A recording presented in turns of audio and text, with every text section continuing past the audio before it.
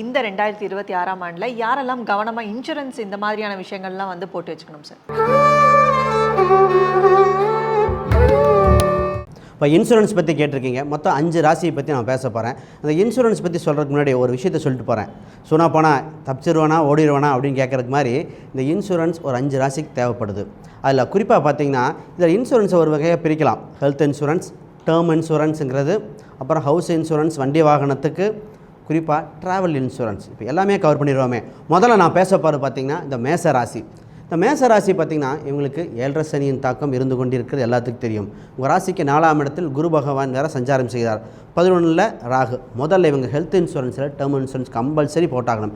Health insurance ஏன் தேவைன்னா uncertainty. 12ஆம் இடங்கிறது விரைய செலவுகளை குறிக்கக்கூடியது. சனி பகவான் இருக்கார் 10க்குரிய 12இல் இருக்கும் பொழுது தங்கு தடைகள், சின்ன சின்ன விபத்துகள் நடக்கக்கூடிய காலகட்டமாக இருக்குது. நிறைய யோக பலன் கொடுத்தாலும் உயிர் சம்மந்தப்பட்ட விஷயங்கள், விபத்து சம்மந்தப்பட்டதில் இவங்களுக்கு கண்டிப்பாக தேவை.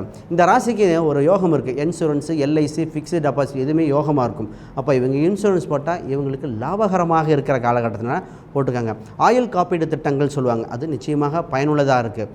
இவங்க ட்ராவல் சம்மந்தப்பட்ட இன்சூரன்ஸ் இப்போ தேவையில்லை, ஆனால் இந்த இன்சூரன்ஸ் தேவை. அடுத்து நான் பேச போகிறது ரிஷப ராசி. இவங்களுக்கு நல்லா இருக்கே, என்ன விஷயம் வரும் அப்படின்னு டவுட் வரும். நிச்சயமாக பார்த்திங்கன்னா இவங்களுக்கு என்னென்னா 8ஆம் அதிபதி 3இல் பயணம் செய்கிறார். 8க்கு 8 அந்த 8ஆம் இடம் தாங்க இன்சூரன்ஸு. அப்போ இவங்களுக்கு இன்சூரன்ஸ் எல்லாமே பெனிஃபிட்டாக கிடைக்கக்கூடிய விஷயங்களாக இருக்கும். அப்போ நகை சம்மந்தப்பட்டதாக இருக்கலாம், தொழில் சம்மந்தப்பட்டதில் இன்சூரன்ஸ் போட்டுக்காங்க. வண்டி வாகனங்கள், ஏன்னா 4ஆம் இடத்துல கேது பகவான் இருக்கார். வண்டி வாகனத்துக்கு இன்சூரன்ஸ் போட்டால் ஏதோ சின்ன தடங்கள் இருந்தால் உங்களுக்கு மிகுந்த பாதுகாப்பு இருக்கும். இப்போ வண்டி வாகனம் சில விபத்துகள் நடக்கும்பொழுது பார்த்திங்கன்னா இன்சூரன்ஸ் இருக்கா அது மாதிரி தான் கேட்பாங்க. இன்சூரன்ஸ் இல்லாதவங்க மேலே தான் தவறாக கன்சிடர் பண்ணப்படும். இப்போ லைசன்ஸ், இன்சூரன்ஸ். அப்போ இந்த ராசிக்காரங்களுக்கு வண்டியில் பயணிக்கும் பொழுது இன்சூரன்ஸ் போட்டுட்டு இருக்கும்போது இவங்களுக்கு ஒரு தக்க பாதுகாப்பாக இருக்கும்.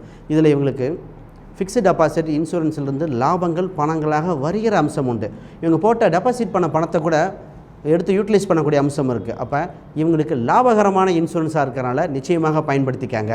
அடுத்து நான் சொல்ல போகிற ராசி பார்த்திங்கன்னா சிம்ம ராசி. இந்த ராசி இன்சூரன்ஸ் ஒரு இன்சூரன்ஸ் போடக்கூடாது, முடிஞ்சால் 2 இன்சூரன்ஸ் போட்டுக்காங்க அப்படிங்கிறோம். என்னடா இப்படி சொல்கிறேன்னு வருத்தப்பட வேண்டாம். ரீசன் என்னென்னா உங்கள் ராசியில் கேது பகவான் வந்து மன நெருக்கடியை கொடுத்து கொண்டிருக்கிறார். 8ஆம் இடத்தில் சனி பகவான் போதுண்டா விட்டா போதுங்கிற அளவுக்கு அந்த அளவுக்கு தொல்லை கொடுத்துட்ருக்கார். இந்த காலகட்டத்தில் வண்டி வாகனங்களில் இன்சூரன்ஸ் நிச்சயமாக தேவை.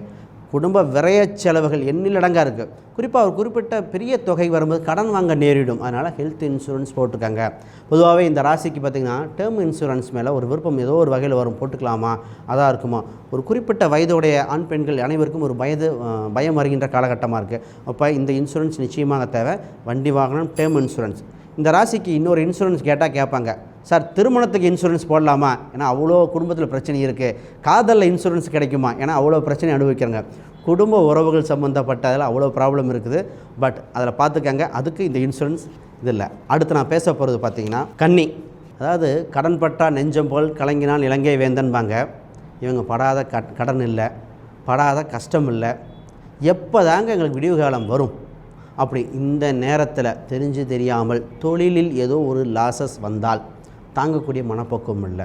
ஹெல்த்தில் ஒரு பிரச்சனை வந்தால் தாங்கக்கூடிய மனப்பக்குவம் இல்லை.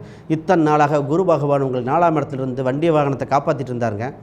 குரு இப்போ ஜூனுக்கு மேலே 11ஆம் இடத்துக்கு வரார். அப்போ லாபத்தை கொடுத்தாலும் சனியோட பார்வை இருக்கிறனால விரைத்தை கொடுக்கும். வண்டி வாகனத்துக்கு இன்சூரன்ஸ் நிச்சயம் தேவை. ஹெல்த் இன்சூரன்ஸ் தேவை. பிஸ்னஸ் சம்மந்தப்பட்ட இன்சூரன்ஸ் ராசிக்கு நிச்சயமாக தேவை, தவற விட்டுற வேண்டாம். இறுதியாக மீனம். இந்த ராசிக்காரங்க சொல்லுவாங்க, எங்களுக்கு மொத்தம் டோட்டல் பாடியோ இன்சூரன்ஸ் போடுற அளவுக்கு வந்தாச்சுங்கம்பாங்க. பட் அந்த மாதிரி வர தேவையில்லை, மீண்டு வர வாய்ப்பு உண்டு. இவங்களுக்கு இன்சூரன்ஸ் நிச்சயமாக தேவை. இந்த இன்சூரன்ஸ் எதுக்குன்னா இவங்க வீடு சம்மந்தப்பட்ட இன்சூரன்ஸ், ஹெல்த் இன்சூரன்ஸ் நிச்சயமாக தேவை உண்டு.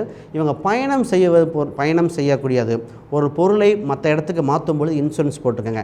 ஏன்னா சனி பகவான் 12ஆம் இடத்துல உங்களுக்கு ராசிக்கு ராகு பகவான் இருக்குது. ஒரு சில பொருட்களை நீங்கள் ட்ராவல் பண்ணுறீங்க, இம்போர்ட் எக்ஸ்போர்ட் பண்ணுறாங்க, வண்டியில் ஏர் கார்கோ இல்லை ஷிப்பில் கொடுக்குறீங்கன்னா இவங்க இன்சூரன்ஸ் கம்பல்சரி போட்டாகணும்.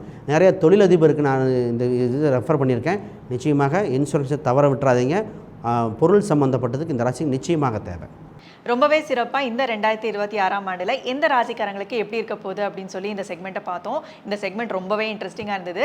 உங்களுக்கு எப்படி இருந்தது அப்படிங்கிறத கமெண்ட் பாக்ஸில் கண்டிப்பாக கமெண்ட் பண்ணுங்கள். மேலும் ஜோதிட ரீதியான ஆன்மீக ரீதியான பதிவுகளை பார்க்கறதுக்காக நம்ம ஆஸ்ட்ரோ தமிழா சேனலை ஃபாலோ பண்ணிக்கோங்க.